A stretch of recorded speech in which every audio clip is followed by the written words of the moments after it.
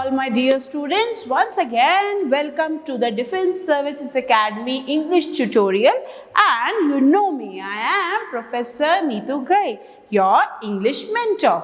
Now students, I have started possessive case of noun. I have given you the basic introduction of noun and the case. Earlier to that, we have done noun and the number. After that, yesterday I have started noun and the case, and in that noun and the case, I have given you the basic idea of possessive case. Possessive case होता क्या है, possessive case बनता कैसे है, and how it works. So today I'll continue with the topic noun and the case, and especially the possessive case, which will tell you कि how these nouns shows the possession over the other noun. और क्या हर एक noun का possessive case बनता है? क्या हर एक singular और plural दोनों forms का possessive case बनता है? I'll tell you in today's video. And mind this, बहुत ही ज़्यादा मज़े आने वाले हैं, बहुत ही ज़्यादा नए-नए वर्ड सीखने वाले हैं और बहुत ही ज़्यादा नए-नए facts पता चलने वाले हैं. तो get ready for the noun and the possessive case. So students, as I have told you कि we'll start the noun and the possessive case rule. तो noun and the case में possessive case I have taught you the basic how to form possessive case. और possessive case, subjective case, objective case हम लोगों ने कल discuss कर लिया कि noun अगर subject की जगह यूज हो रहा है तो वो subject case, noun अगर object की यूज हो रहा है तो वो objective case, और noun अगर दूसरे नाउन के ऊपर अपना मालिकाना अधिकार बता रहा है, पोजेशन बता रहा है, तो वो है possessive case. Now check out some of the complicated rules of noun and the case, that is especially the possessive case. Check it out. Now see. Possessive case में सबसे first है we must not use apostrophe comma, that is this comma with s. तो apostrophe comma कभी भी non livings के साथ नहीं लगता है, हमेशा याद रखना. इस रूल पे every time there is a question in the paper to confuse you all, but as you all are my intelligent students, आप लोग confuse नहीं होंगे. तो जब भी किसी भी दूसरी चीज के ऊपर मालिकाना अधिकार बताना है तो वो लिविंग बीइंग्स का होता है, क्योंकि लिविंग बीइंग्स ही तो ये बोल सकते हैं ये मेरी प्रॉपर्टी है, ये मेरी कार है, ये मेरी बिल्डिंग है, ये मेरा पेन है, ये मेरी वॉच है, ये तुम्हारी वॉच है, ये मेरे फ्रेंड का घर है. तो जो लिविंग बीइंग है वो ही तो दावा कर सकता है कि ये मेरा अधिकार है, ये मेरे पोजीशन में है. नॉन लिविंग थिंग कैसे बोलेगी कि ये मेरा घर है? कोई नॉन लिविंग थिंग आके क्लेम कर सकती है? नो. किसी भी नॉन लिविंग थिंग का दूसरे किसी नॉन लिविंग थिंग पे अधिकार नहीं होता है. We living beings have a right of authority, have a right of possession over non-living things. Okay, this is my dad's house, this is my friend's car. तो जब भी हम एपोस्ट्रोफी कॉमा लगाते हैं तो वो सिर्फ और सिर्फ लिविंग बीइंग्स में लगाएंगे, नॉन लिविंग बीइंग्स में नहीं. याद रखना, भूलना नहीं. सी सम ऑफ द एग्जाम्पल. सी अगर हम नॉन लिविंग थिंग्स के साथ एपोस्ट्रोफी कॉमा लगाएंगे तो क्या होगा? See the chairs leg is broken. Hindi में हम कैसे बोलते हैं? कुर्सी की टांग टूटी है. अब यार कुर्सी की टांग है ना, टांग हमारी थोड़ी है. अब अगर एक चेयर है, एक चेयर के साथ उसकी 4 टांगे हैं, ठीक है. अब उसमें से एक टांग टूट गई तो ये टांग किसकी है? ये टांग चेयर की है, ये टांग कुर्सी की है. पर क्या कुर्सी, क्या चेयर एक नॉन लिविंग थिंग है या लिविंग थिंग है? चेयर एक नॉन लिविंग थिंग है. तो चेयर नॉन लिविंग थिंग है, इसीलिए उसमें हम एपोस्ट्रोफी एस नहीं लगा सकते. अब यार चेयर की टांग टूटी है तो कैसे बताएंगे? टांग तो चेयर की है ना बॉस, टांग तो चेयर की टूटी है, तो कैसे बताएंगे? अब हम इसको बताएंगे the leg of the chair is broken. इसको इस तरह लिखेंगे. But what you have to do when the question comes in the spotting the error segment, कि आपको सिर्फ ये बताना है कि एरर किस पार्ट में है. तो बच्चा एरर किस पार्ट में है? एरर इस पार्ट में है. कि यहाँ पर एपोस्ट्रोफी एस नहीं लग सकता because chair non living thing है। और अगर यही क्वेश्चन आपको सेंटेंस इंप्रूवमेंट के फॉर्मेट में आ रहा है तो आपको इस एरेनियस वर्ड के लिए करेक्ट वर्ड चूज करना पड़ेगा। तो आपको ये भी पता होना चाहिए कि अगर ये गलत है तो सही क्या है, और गलत गलत क्यों है और सही सही क्यों है। तो ये पूरी डिटेल कॉन्सेप्ट पता होगा, तभी आप एग्जाम में कॉन्फिडेंटली क्वेश्चन सॉल्व कर पाएंगे। तो यहाँ पर अगर सेंटेंस इंप्रूवमेंट में आपको क्वेश्चन आता है तो यू विल चूज दिस कि चेयर्स लेग नहीं होता, लेग ऑफ द चेयर होता है। Okay, now see the houses roof is leaking. घर की छत लीक कर रही है।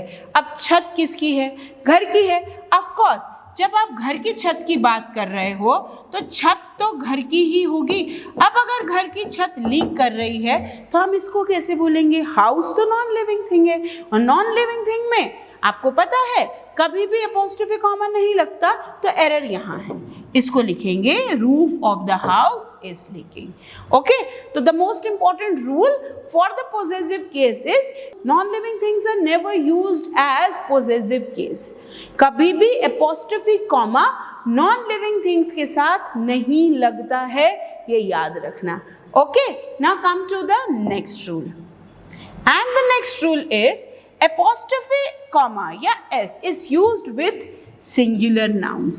तो जब हम singular noun के साथ apostrophe comma लगा रहे हैं तो हम उसमें यूज करेंगे comma and s, ये पूरा सी। तो जब हम apostrophe comma लगा रहे हैं and in this form, तो हम सिंगुलर नाउन के साथ ऐसा यूज करेंगे। मैं ऐसा क्यों बोल रही हूँ बेटा, इसके पीछे एक रीजन है कि प्लूरल नाउन का भी हम पोजेसिव केस बताते हैं। प्लूरल नाउन में भी अपोस्ट्रोफी कॉमा लगता है, वो अलग तरीके से लगता है, वो इसके बाद पढ़ेंगे। पहले ये देखो कि जब आपका नाउन सिंगुलर है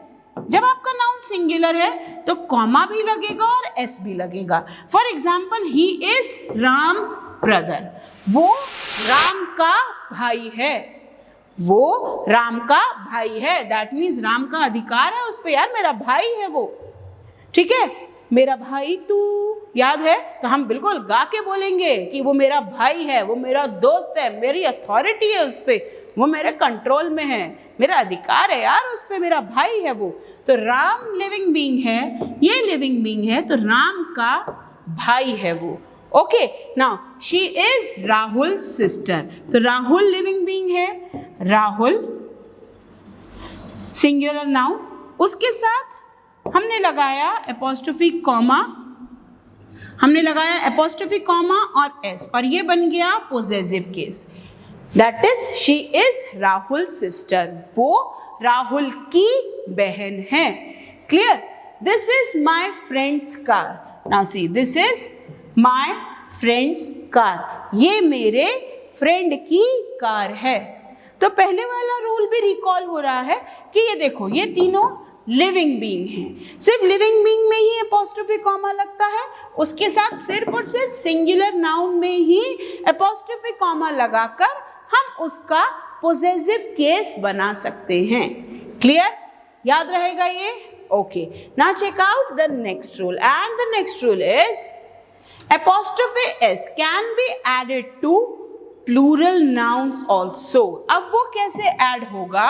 सी, हम ये कह रहे हैं apostrophe comma, ध्यान से समझना बच्चों, apostrophe comma plural nouns के साथ भी ऐड हो सकता है, पर एक अलग सा स्टाइल है उसको ऐड करने का। और वो क्या स्टाइल है?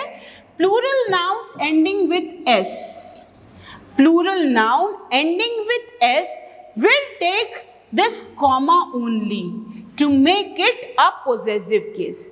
इसको समझो, अगर यहाँ गर्ल है, गर्ल सिंगुलर, इसको अगर हमें पोजेसिव बनाना है, हमने कॉमा भी लगाया और हमने एस भी लगाया, और ये बन गया गर्ल्स।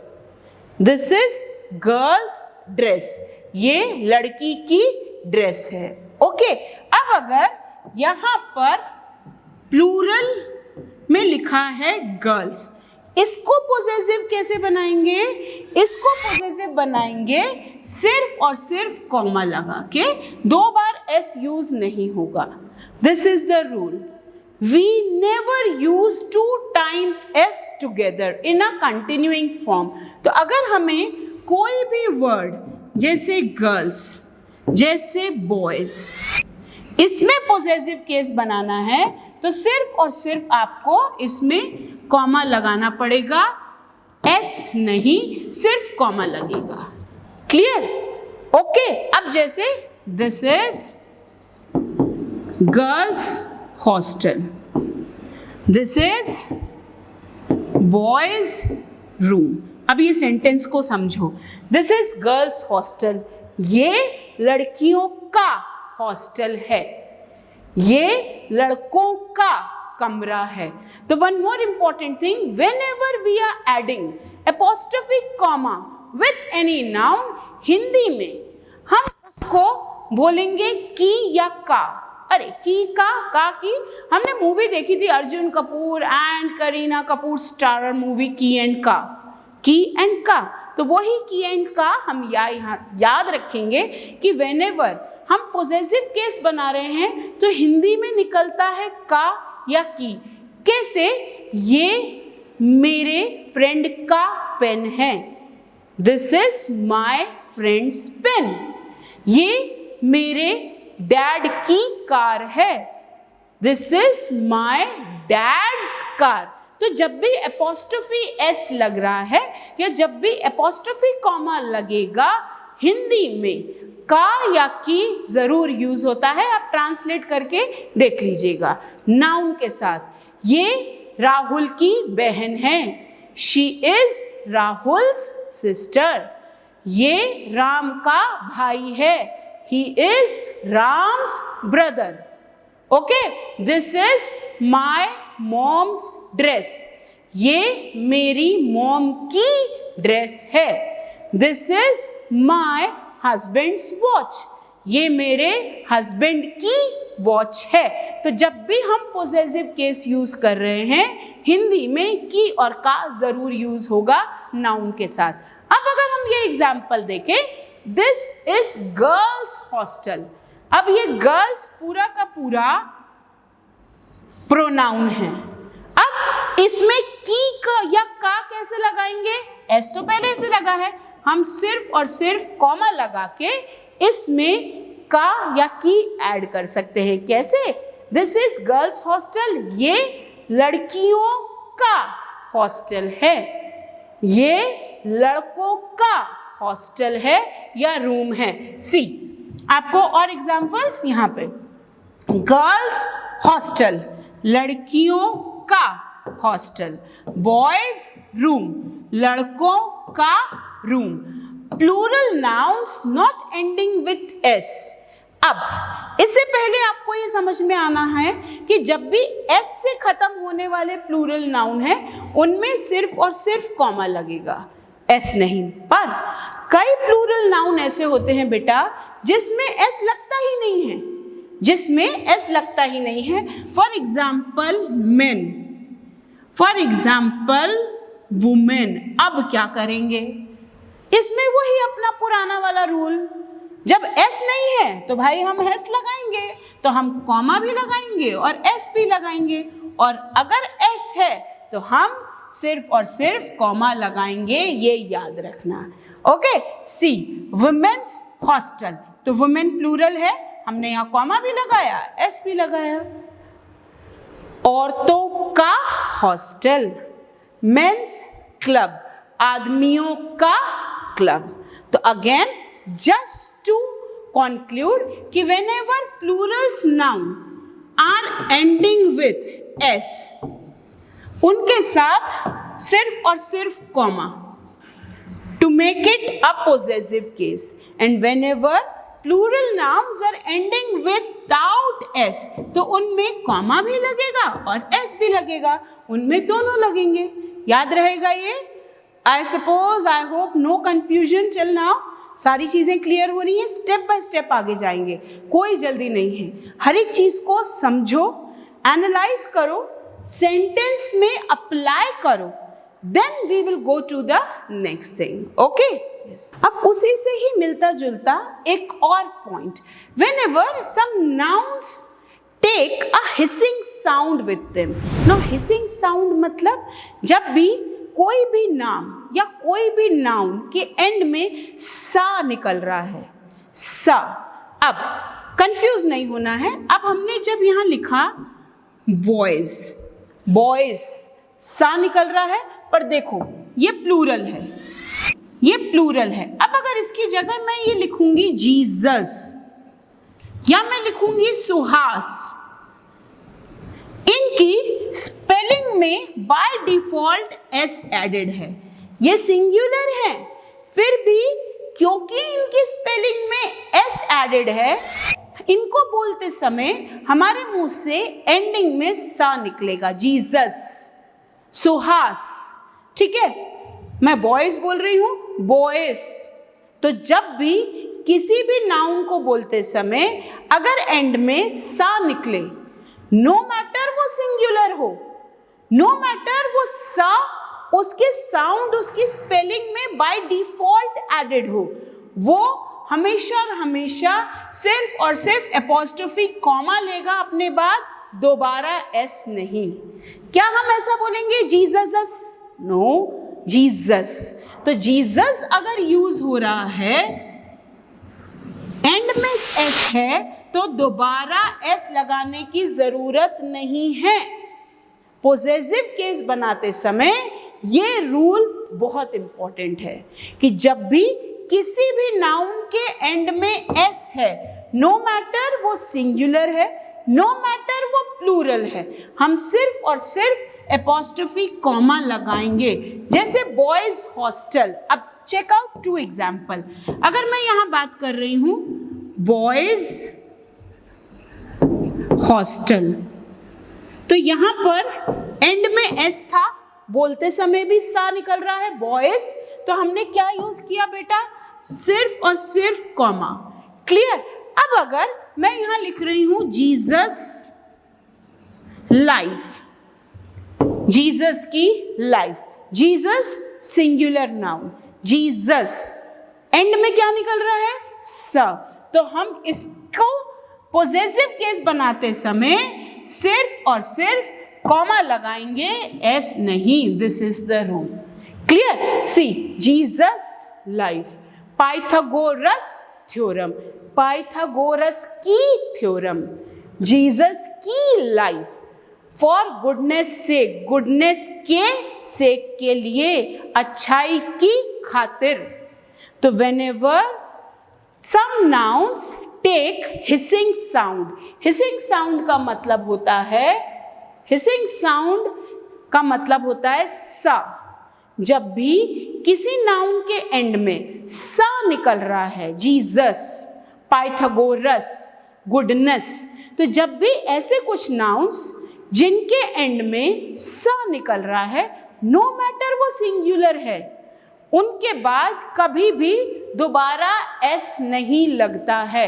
उनके बाद सिर्फ और सिर्फ कॉमा लगेगा, एपोस्ट्रोफी कॉमा का कॉमा लगेगा, एपोस्ट्रोफी कॉमा के साथ एस नहीं लगेगा, पोजेसिव केस बनाने के लिए.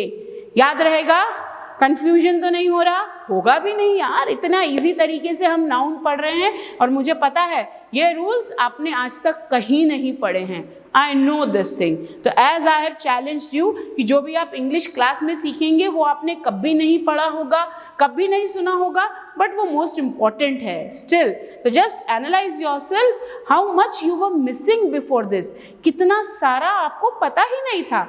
तो ये तो अभी ट्रेलर है, पिक्चर अभी बाकी है मेरे दोस्त. तो ऐसे बहुत सारे अननोन फैक्ट्स के लिए, बहुत सारे नए नए नाउन्स के लिए, नए नए रूल्स के लिए, नए नए कॉन्सेप्ट्स के लिए stay tuned for many more videos. So on this note, this is Professor Neetu Ghai saying you bye, and just stay connected on my video on my channel so that you can get many more videos with many more new concepts. Stay connected, stay safe. Thank you.